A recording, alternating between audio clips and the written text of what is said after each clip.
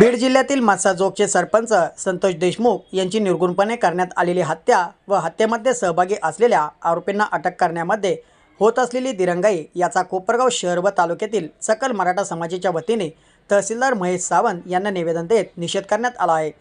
सदर हत्येमध्ये सहभागी असलेल्या सर्व आरोपींना तात्काळ अटक करून त्यांच्यावर मोक्का कायद्याअंतर्गत कारवाई करावी व त्यांना कठोर शासन करावे।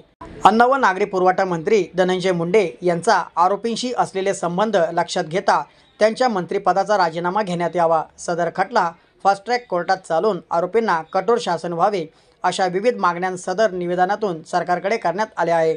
सदर मागण्या मान्य न झाल्यास तीव्र आंदोलनाचा इशारा व आत्मदहनाचा इशारा सकल मराठा सेवकांच्या वतीने देण्यात आला आहे।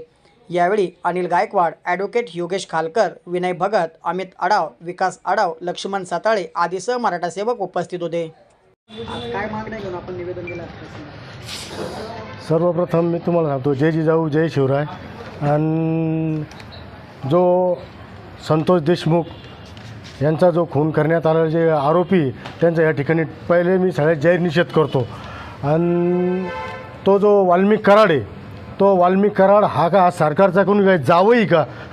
20-22 दिवस झाले आज सापडतो यांना आणि याला हे घेऊन फिरत होते। ही आमची डायरेक्ट त्यांच्यावर आरोप आहे। आणि त्याच्या पाठीशी कोण आहे हे आम्हाला सगळं माहिती, त्यांचं पण नाव सांगतो आम्ही। सगळ्यात पहिले तो वाल्मिक कराड याला मोका लावा। त्याच्यानंतर जे आहे ना मंत्री, आता यांना मंत्री ह्या सरकारने लाडून ठेवलेले धनंजय मुंडे, याचा पहिला राजीनामा घ्या। याच्यापासून एवढा माझा महिना चालू झालेला आहे आणि आज परळी ह्या भागात त्या भागामध्ये ना महिला असुरक्षित आहे, त्यांना कोणतीही सुरक्षा नाही आहे तिथं। आम्हाला सगळं माहिती आहे, आमच्याकडे सगळे यांचे पुरावे आहे। पण या सगळ्यात पहिले ह्या धनंजय मुंडेचा राजीनामा घ्या आणि हा वाल्मिक कराड आहे ना याला पोहोचू नका। सरकारने याला पहिले मोका लावा आणि याला पहिले फाशीवर चढवा। हा कोण जावं लागतो का कोणी? याची एवढी दहशत, एवढी दादागिरी का? अरे तुझी जर दादागिरी असेल ना तू इकडे येऊन दाखव, आम्ही पण दादा आहे, पण आम्ही ते काचे उद्योग करते नाही। पण याला पहिले ना सगळ्यात पहिले आज याला अटक केलेली। अटक कुठे केली हो याला? याचे 1000-1500 कार्यकर्ते घेऊन पहिले तिथं उभे राहता। हे सगळं सांगून शिकवून चाललेले। अहो याला हे सगळं पोसायचं काम चाललेलं, हे बंद करा मला सरकारला।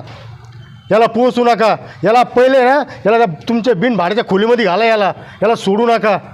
आणि जर याला सोडलं तर याच्यानंतर काय होईल आणि काय नाही हे तुम्ही समजून घ्या। हा मराठा समाज आता काही शांत बसणार नाही। आणि याच्यानंतर आज आम्ही निवेदन दिलेले, जर का